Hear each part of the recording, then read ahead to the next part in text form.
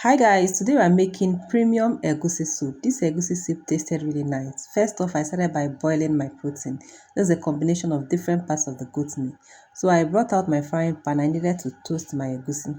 I had earlier picked out the seeds, the sticks, the bad things in it, and I started to fry. Unfortunately, it was too small, so I didn't have enough space. So I had to change to a bigger pot to enable me stir it properly and allow it to toast to perfection.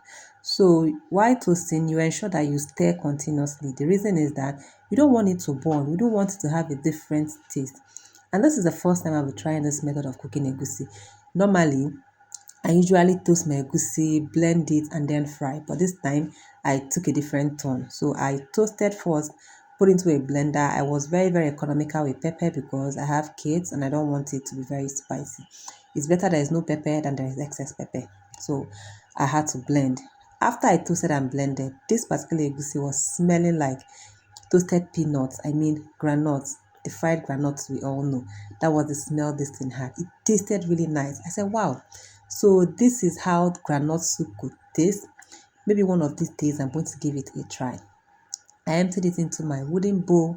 Look at how luscious the batter looks. And now we're going to start with the cooking proper. So in a hot pot, I poured in my oil and allowed it to simmer for a bit. And I transferred this blended egusi into it.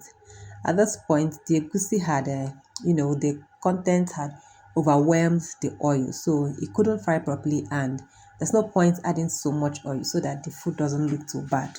The only thing I could do was to, stir, stir, stir. I continued to stir until the oil had, been absorbed by the egusi. At this point, I had to pour in my already cooked meat stock. This meat was about, let's say, 75% done. It wasn't completely done, but it had gone a long way. So I seasoned it up with some salt, you add and you stir.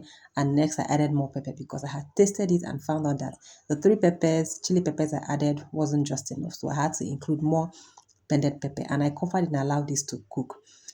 This has to cook. So this was after about 10 to 15 minutes later. It's not yet done, but at least the egusi has started rising and started coming in lumps.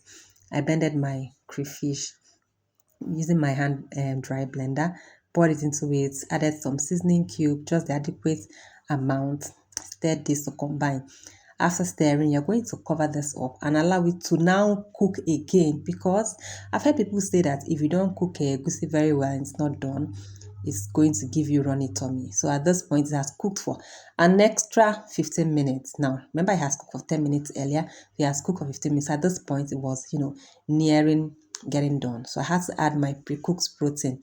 This is a goat meat and some stockfish flesh to this pot so that it can do the remaining 25% cooking. I cover this up and allow this to cook properly. Now, can you see? When you want to know egusi is done, it will look as if the water is settling on top. After I've cooked it well, the water will separate and the water will be at the top. That is how you know that your egusi is ready.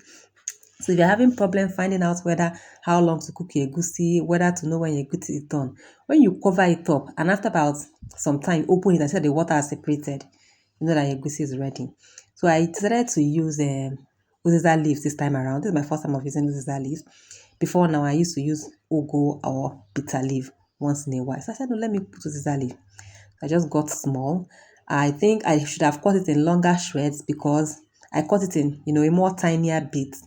So after I stirred it, seems as if the egusi had swallowed my vegetable. Although that we don't add so much vegetable to egusi so that it stands out, so that the egusi doesn't overwhelm the vegetable.